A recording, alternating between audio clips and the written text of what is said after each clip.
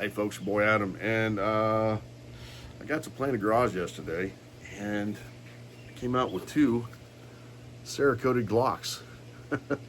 Safety first, so these are, in fact, clear, no rounds, no magazine, absolutely clear for all those safety nuts on there. If this goes on YouTube or Facebook or something, they'll have a cow. Yeah, so Cerakote, H series Cerakote. Went with an Arctic Frost, stainless silver, stainless Savage, and copper metallic. So I liked how those turned out. They look pretty cool.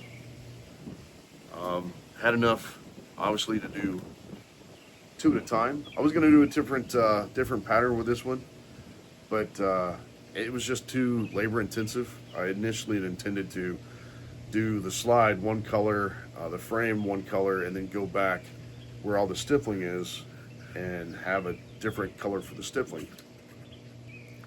But in the end, I was like, no, that's just going to take too much time. So I gave up on that and said, you know what, I'll just do them both the same way. And I really like the colors. I like the four colors on the frame. It came out a little bit better on the 43X than it did the 47. The high heat resistant vinyl stencils I was using that were made for this type of work, they didn't want to stick to the frame very well because it's already been laser stippled. There's not a lot of surface that's got that texture to it, and there's not as much surface for that stencil to stick to, so it stuck to the slide just fine. They kept wanting to peel off of the frame. Not so bad on the 43X. The 47, some of those peeled off the back. I don't have the same tones on the back that I have on the sides. So you can see all the different colors here. But overall, I like the way they look. I like the overall aesthetic of it. I could have done a lot of different colors and patterns and whatnot, but I see a lot of people just doing woodland and OCP, and I just wanted something that just wasn't cookie cutter and looked the same as everyone else. I did have a little bit of a time reassembling these because once you Cerakote any project, it's going to add a layer of thickness to it. And on the slide, the slide to frame fit, I had to work some of that Cerakote off. And same thing on the upper for the slide itself, all those little internal moving parts. With Glocks, they don't have as many parts, which makes them great for Cerakote projects, but yeah, it took a second to work all that stuff out to get the slide to actually want to slide back and forth. And then getting some of the Cerakote out where the screws had to fit for the optic. Didn't have that same problem with the 43X. This is very minimalist.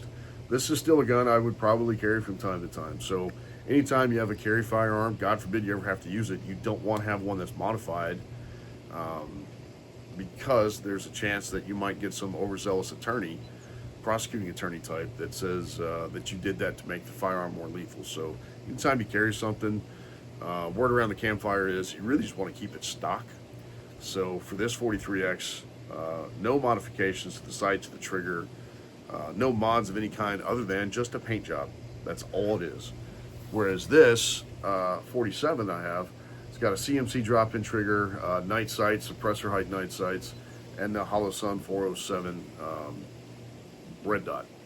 So you get older, you get a little bit older, and your eyes don't work like they used to.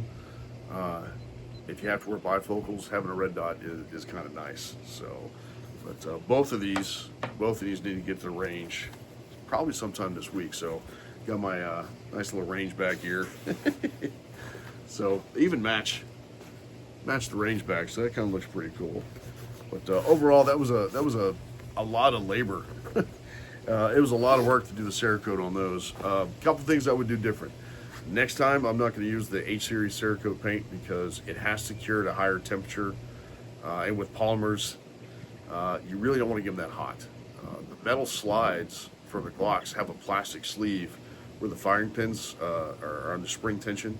And that plastic sleeve, if you heat it up too much, you can melt it. So you really got to cure those at a lower temperature. So I went with 200 degrees and just extended the time, which is, you can do it that way, but I think I would prefer next time just to use C-Series Cerakote paint where I don't have to worry about the oven cure. The give and take on that is that it takes longer to cure. So it could take anywhere from 5 to 7 days, maybe 10, depending on the humidity where you're at. So, UPS guy. I would probably change the paint. And the other thing I would change is the stencils. I would probably go ahead and sand down the frames, get them nice and smoothed out, Cerakote them first, and then I would go back and do the laser stippling to give them the texture. That way that stencil has something to stick to, because they kept peeling off. So it kind of made it a little bit of a challenge to get the full effect of all 4 colors overlapping and blending properly, because the stencils just kept falling off. But short of that, I would probably tape up the internals a little bit better, just so I didn't have to work that Cerakote off as I was trying to get the actions to slide smoothly. But other than that, I think they turned out to be pretty cool. I like them. So these are my personal firearms. Those are not for sale. So Facebook, don't remove the video. YouTube, chill out.